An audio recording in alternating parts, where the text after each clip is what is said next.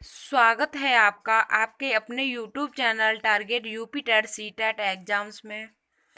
आज हम चर्चा करते हैं शिक्षा एवं मनोविज्ञान विषय के बारे में। प्रथम मनोवैज्ञानिक प्रयोगशाला की स्थापना किसने की थी? तो प्रथम मनोवैज्ञानिक प्रयोगशाला की स्थापना विलियम वुंट ने की थी। इनके बारे में जानते हैं कि जर्मनी के चिकित्सक थे, दार्शनिक प्रधानाध्यापक विलियम मैक्समिलियन वुंट को अधिगम मनोविज्ञान का जनक कहा जाता है। इन्होंने अपने आप को मनोवैज्ञानिक कहा और प्रायोगिक मनोविज्ञान के जनक माने जाते। सन 1879 में लिपजिंग विद्यालय में मनोविज्ञान की प्रथम प्रयोगशाला स्थापित की। इनके बाद मनोविज्ञान को एक स्वतंत्र विधा माना जाने लगा। छात्र अधिगम का वक्र मॉडल इनके द्वारा प्रस्तावित किया गया था, तो उनका नाम है नील फ्लेमिंग।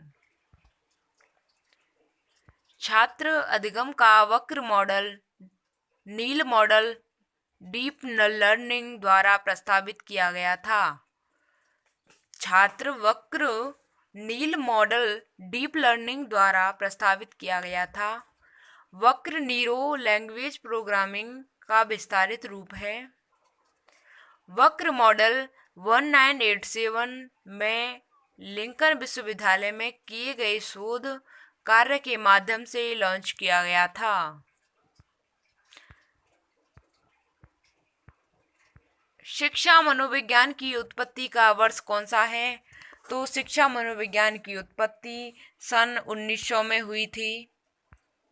शिक्षा मनोवैज्ञानिक का औपचारिक प्रारंभ आधुनिक काल में वर्ष 1889 से जी स्टेनेहॉल के प्रयासों से माना जाता है। स्पेनर लेवल को बाल मनोविज्ञान का अन्वेषक भी कहा जाता है।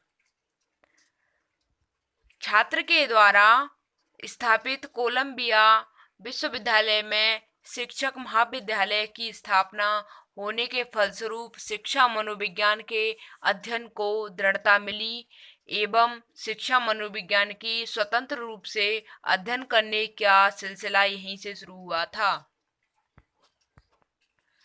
शिक्षा मनोविज्ञान का संबंध किससे नहीं है?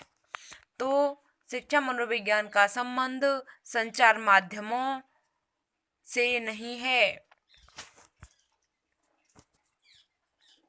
शिक्षा मनोविज्ञान का संबंध संचार माध्यमों का अध्ययन से नहीं है। शिक्षा मनोविज्ञान मानव की वह शिक्षा का मनोवैज्ञानिक रूप से अध्ययन करती है। इसका संबंध मानव के व्यवहार, मानसिक प्रक्रिया, सीखने के तरीके, व्यक्ति और समायोजन, व्यक्तिगत भिन्नता, पाठ्यक्रम निर्माण, अध्ययन सामग्री, मापन एवं मूल्यांकन आदि से संबंधित है। जबकि संचार माध्यमों का अध्ययन सूचना एवं संचार प्रौद्योगिकी के अंतर्गत किया जाता है।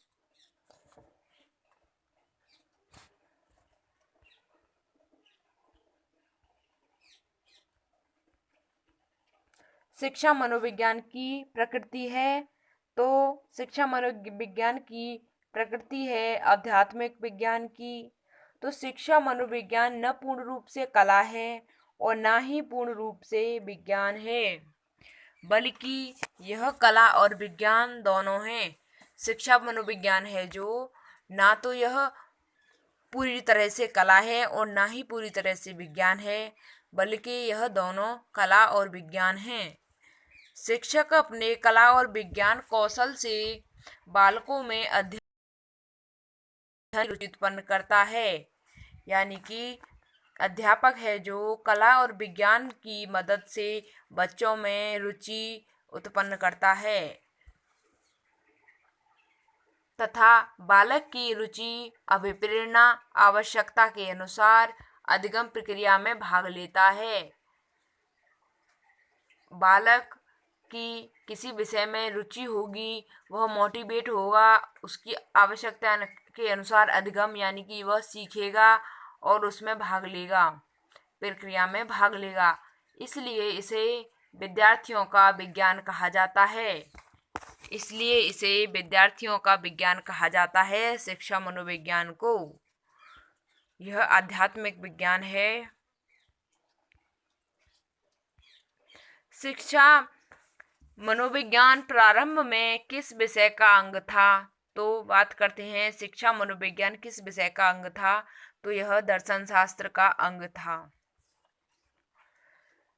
मनोविज्ञान प्रारंभ में दर्शन शास्त्र का अंग हुआ करता था। मनोविज्ञान का जन्म ही दर्शन शास्त्र से हुआ है, इसलिए मनोविज्ञान का प्रारंभिक विषय आत्मा रहा है। साइकोलॉजी दो शब्द से मिलकर बना है, साइके प्लस लोगोस, यानी कि साइके का अर्थ है आत्मा तथा लोगोज का अर्थ है अध्ययन। अतः अंग्रेजी शब्द साइकोलॉजी का शाब्दिक आत्मा का अध्ययन है, यानी कि अंग्रेजी शब्द है साइकोलॉजी का मतलब है कि आत्मा का अध्ययन। यह दो शब्दों से मिलकर बना है, साइके प्लस लोगोज। साइके का मतलब है आत्मा और लोगोज का मतलब है अध्ययन, तो दोनों को मिलाकर के हमारा बनता है साइकोलॉजी, या इसका अर्थ है आत्मा का अध्ययन।